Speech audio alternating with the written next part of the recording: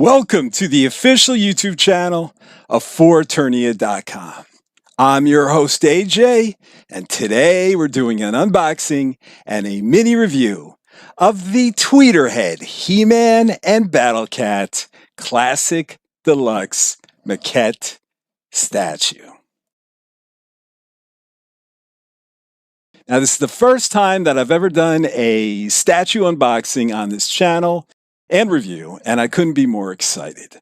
Now, I know you don't normally see me in these unboxing and review videos. I mean, you see my hands, right? But you don't see my face. That's usually saved for stuff like podcasts. But I wanted to be in this particular video so you could see me in relation to this box. I was really struck, first impression, with how large this box is. This box was massive, especially within its shipping box. It was 3 feet tall, 3 feet tall, 2 feet wide, and then 17 inches deep.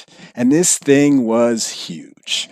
And then when you take the shipping box off, you have this box, and it's nothing special, to be honest with you. You have a picture of the maquette on the front. You also have a picture of the maquette on the back. And then on the side, you have this like smoky kind of like artwork. I mean, it's nothing to write home about. But just in case you were to get one of these, this was really difficult to get in the house. I mean, not just because it's massive, but it weighs 45 pounds. Now, I can manage 45 pounds, but I think it's because of the awkwardness of it, the awkwardness of the size, something 3 feet tall, you're kind of hugging it. And it was just really, it wasn't easy to get in. So if you do end up getting this statue, I just recommend when it is delivered that you get a buddy, you each take a side, and you just kind of work it your way in so you don't drop it, break it, or, break your door frame. But I know you're not here to listen to me talk about this box. You're here for what's inside it. So let me get it out of the packaging and we'll take a closer look. The statue ships in pieces.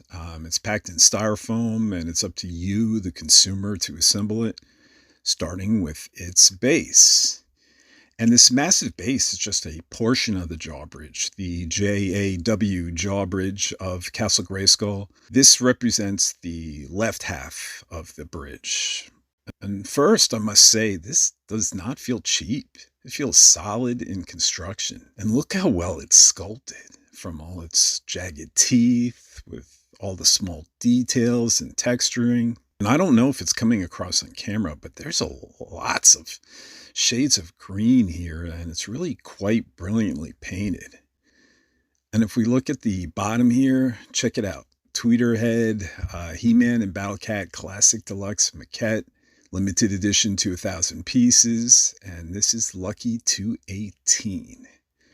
And it has this like little, perhaps, rubber feet to protect this imagery on the bottom of the statue so it doesn't rub off when you're standing it. All right, so let's get this turned around. Just imagine if they did the entire bottom of the jawbridge, with the teeth on both sides, how large this base would be. On one hand, it'd be really spectacular. Perhaps they'll release its counterpart one day with the sorceress on it. That, in theory, might be cool to implement and have. I guess we'll see. So now it's time to assemble the middle, which means, you guessed it, Battlecat. So here it is. Take a look at these paws and these claws. This kitty can scratch, and it can bite too. Check out these teeth. Aren't they amazing looking? And I must say, Battlecat has put on some weight. All that fish he likes to eat, because he's one hefty boy. If you look at the bottom of Battlecat's feet on his hind legs, one is a metal squared pillar and the other one is a smaller metal peg. These should slide into the base, so let's give this a try. Line up the holes. We should be able to slide these in. Come on. It doesn't want to go in. There we go. All right, look at this. It almost appears that Battlecat is defying gravity. This is really quite spectacular. It's all the way in. It's just balanced perfectly. It's in no danger of tipping. But our Battlecat is missing his tail. A cat needs his tail. So here's the tail. It looks like it connects with a square metal peg. Is this magnetized? Yeah, look at that. This is magnetized. Battle Cat's tail is magnetized. So there's no way that that tail is going to fall out. This is a strong magnet. There's just no way it's falling out. Well done, Tweeterhead. So now it's time to assemble part 3 of this peak of this mountain, the most powerful man of the universe. And first, let's take a look at this head sculpt, which I just adore, especially that hair. There's a lot of He-Man out there that have that page boy haircut that looks like it's been fluffed, just blown out with a hairdryer, but not this one. All right, you see this crotch square peg? I think this is magnetized too. So let me slide He-Man in the saddle. Okay, it slides right in. How impressive does this look? And He-Man doesn't even have forearms and hands yet. So let's get him some forearms. So as an action figure fan, I do appreciate the statue gives us options, something I don't usually suspect from a statue. So let's start with He-Man's right forearms and hands. He has 2 right hands to choose from. These weapons are molded directly in the hands. They are not removable. So our 2 choices are He-Man swinging the power sword in his right hand or his battle axe. You know what? Let's try the battle axe. Let's get this peg in there. Oh, this is magnetized too. Now the right forearms and hands, we only have one choice, which is his shield, which I actually have to remember to make a little rant about, but this holds well. This too is magnetized, so collectors don't have to worry about any of these, limbs working their way out. And what is he missing now? He-Man's power harness. So we have 2 emblems to choose from. We have the classic red Iron Cross, and then we have this red H for He-Man. Offering both of these as a choice is such a classy move by Tweeterhead for a type of collectible we don't usually have a choice. Look at that. It literally sucked in. It was sucked in. This is magnetized too. That's so great. And finally, last but not least, we must decide how to adorn He-Man's broad back. He-Man can have nothing on his back, just the sword loop, or He-Man can wear his power sword on his back. So let's spin this 40-ish pound statue around. Now, if I don't want the power sword on He-Man's back, but rather wield it in his right hand, I can swap arms and just have the sword loop inserted here in He-Man's back. But I decided He-Man will be wielding his battle axe, and naturally the most powerful man in the universe will keep that power sword close, so it will go on his back. And this power sword and loop is magnetized too. So at first glance, with all this assembled, I'm really loving what I'm seeing here. This is such a stunning statue. And I have mad love for the options, the interchangeability. But I promised a little rant, so the only thing I would complain about here is, when I have He-Man wield the power sword, I wish he came with another right hand, and I'll explain what I mean.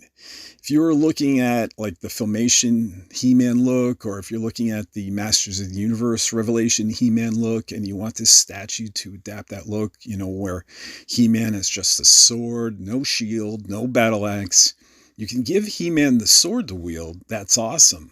But I wish He-Man came with another left hand, one just as a counterbalance pose, an extended arm and hand for balancing, counterweighting He-Man's swing of the power sword. So it would really be amazing if we had that secondary left hand and forearm to choose from. All right, so now it's time for the close-up cam. Let's go. So now we're taking a closer look at that jaw bridge, and look at all that detail underneath. And then look. Massive teeth. Then let's move over to Battle Cat's paws here and the hind legs.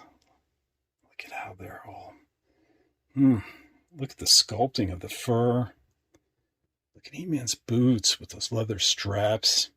These are so well painted. Let's move on to Battle Cat's front paws here. Wow. And that mouth of Battle Cat. It's just like, it looks wet inside. Look at those teeth. And then the eyes, the way their eyes are painted, it's so eerie looking. I just love it. Boy, does Battle Cat look menacing. Then on to He-Man. Whew. You know, a lot of times people have difficulty getting the head sculpt right of He-Man. I see that even in a lot of statues.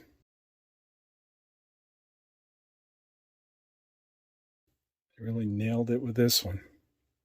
So what do I think of the He-Man and Battle Cat Classic Deluxe Maquette statue?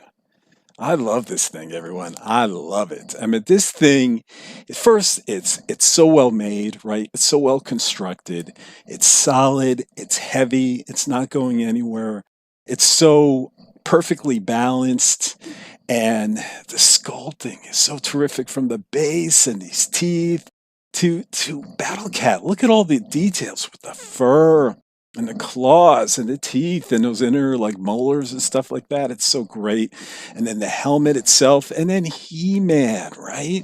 Just his body, the way it's twisted like that, you know, the way that the muscles, I mean, it doesn't look awkward, you know, it's very hard to get proportion right, especially in an action pose like this, but the proportion is spot on with the muscles there. He's just swinging his weapon. And he looks fantastic. And so does that head sculpt. The head sculpt looks great. It's always tough for everyone to get like the He-Man head sculpt right. And here, this classic head, I think they nailed it. And I love this statue's versatility. I mean, I'm not an expert on statues, but I believe most statues don't come with alternatives, you know, options, customizable options that, you know, we're only used to with like figures and stuff like that, where I can actually change, you know, the emblem on He-Man's chest. And I could change the battle axe to a power sword, or I could put the power sword, you know, on his back. So it's really fantastic that I have all these options to choose from. And it's not something I ever expected from a statue. And it just makes it that much cooler to me. Look, I love my figures. I love my Masterverse figures, my classics, Origins, got some Mondo. But when someone's going to walk into this room, I think this is going to be the showpiece. Their eyes are going to be first drawn to this. And I can't blame them. This thing is really a work of art. It's a masterpiece. And I can't just congratulate Tweeterhead enough on making such a fantastic statue. Just the fact that I would love, you know, just a bare hand on the left instead of a shield, you know, that kind of option. But otherwise, I think this thing is just perfect. So if you haven't picked it up yet and you're interested, go out and look for one. You know, I hope you get one because I'm really happy with this one. So, well, that's it. I want to thank you all for watching, and we'll see you next time.